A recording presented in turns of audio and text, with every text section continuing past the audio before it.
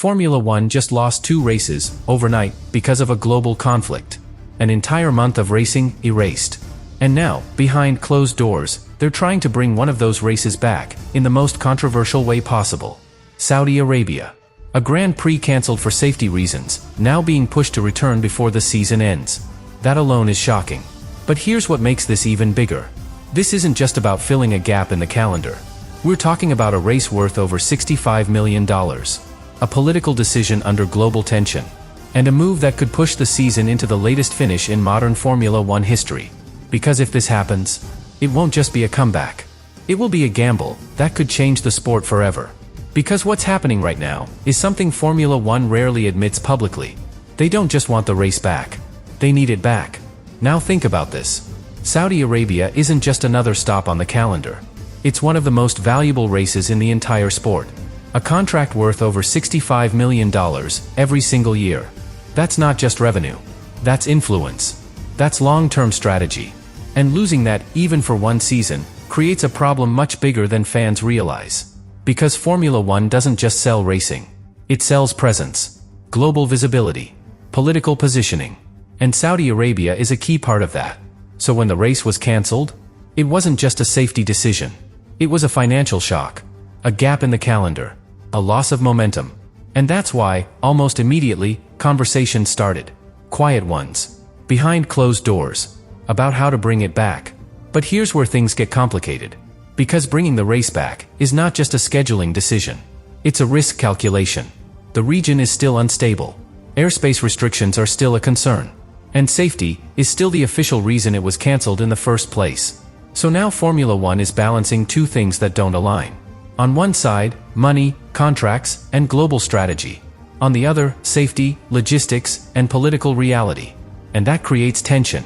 Real tension. Because if they move too early, they risk everything. But if they wait too long, they lose control of the situation. And that's why the timing matters more than anything. Because this isn't about if the race returns. It's about when, and under what conditions. And right now, there's one option gaining more attention than any other. One date that could change how this entire season ends.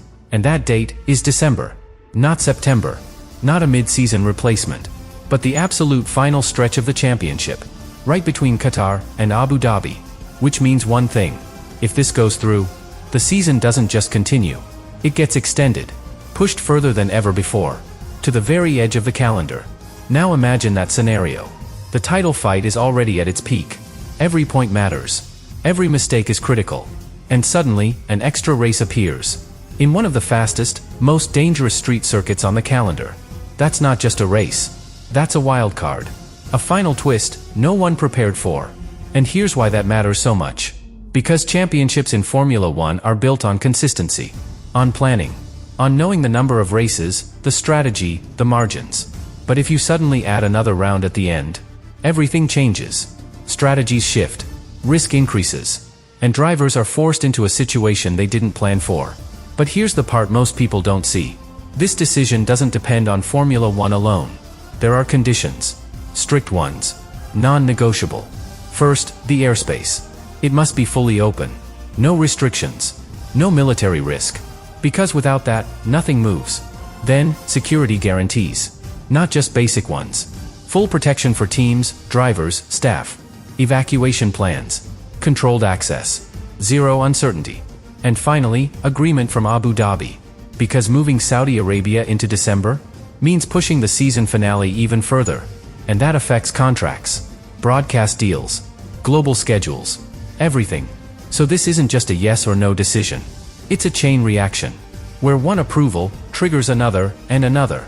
Until the entire end of the season is reshaped. And that's why nothing is confirmed yet. Because behind the scenes, this is one of the most complex decisions Formula One has faced in years. But here's what makes it even more intense. While all of this is happening, the championship continues. Races go on. Points are scored.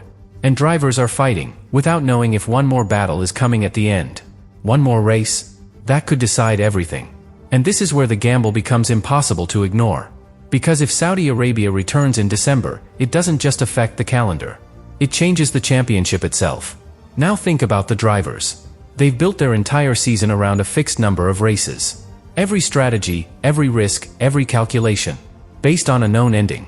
But suddenly, that ending moves. One more race, one more opportunity, or one more disaster.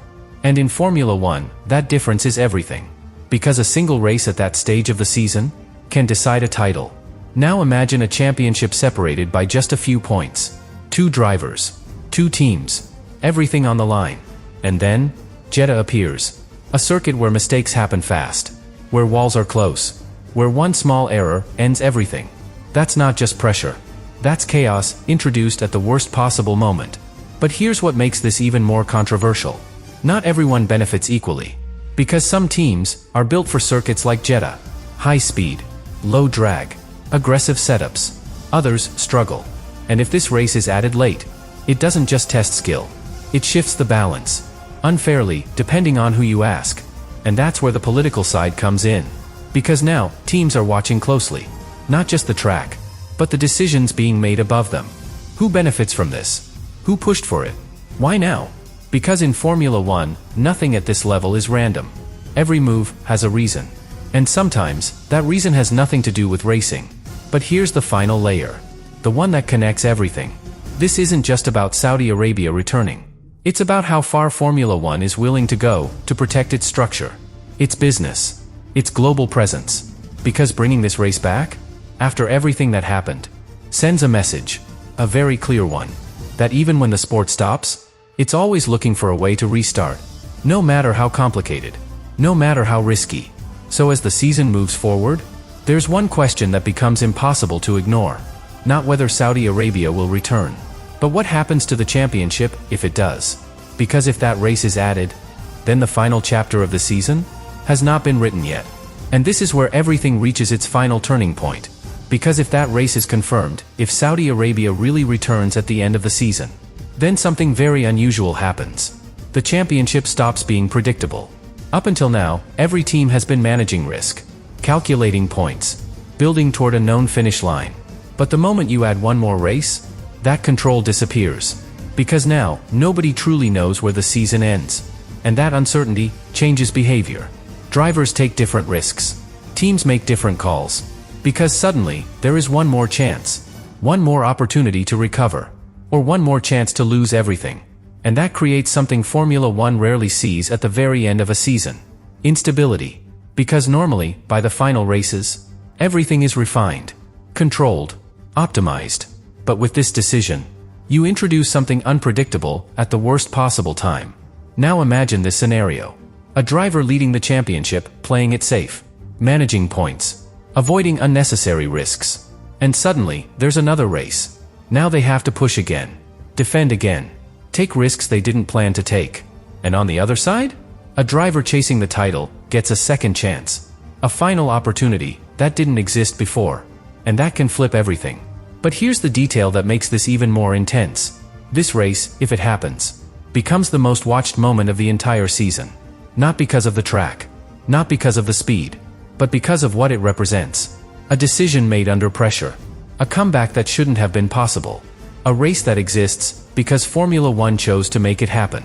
And that's what transforms it from just another Grand Prix into the defining moment of the year.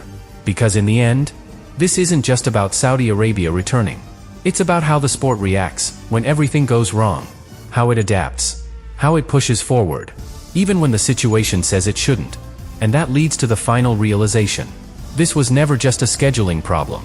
It was a test of how far Formula One is willing to go, to keep moving, to keep expanding, to keep control even when the world around it changes. And if this race does happen, then the message is clear. There is no true stopping point.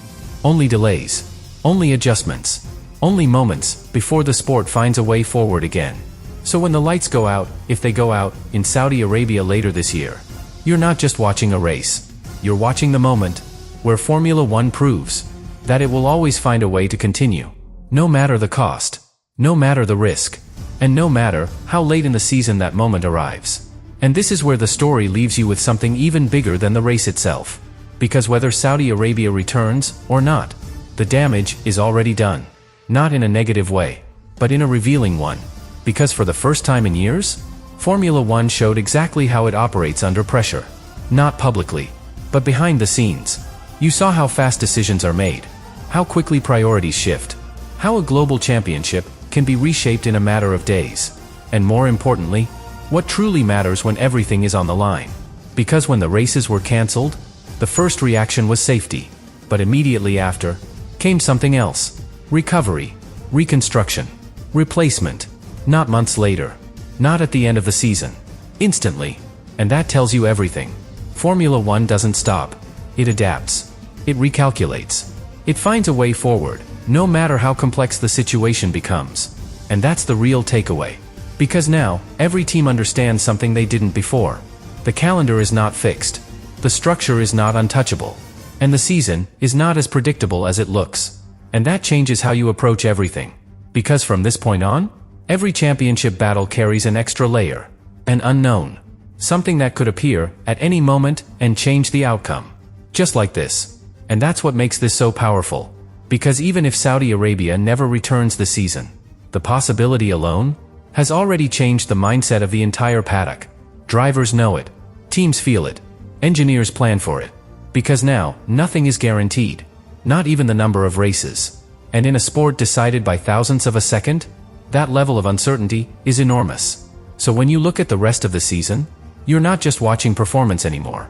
You're watching adaptation. Who adjusts faster? Who stays sharp?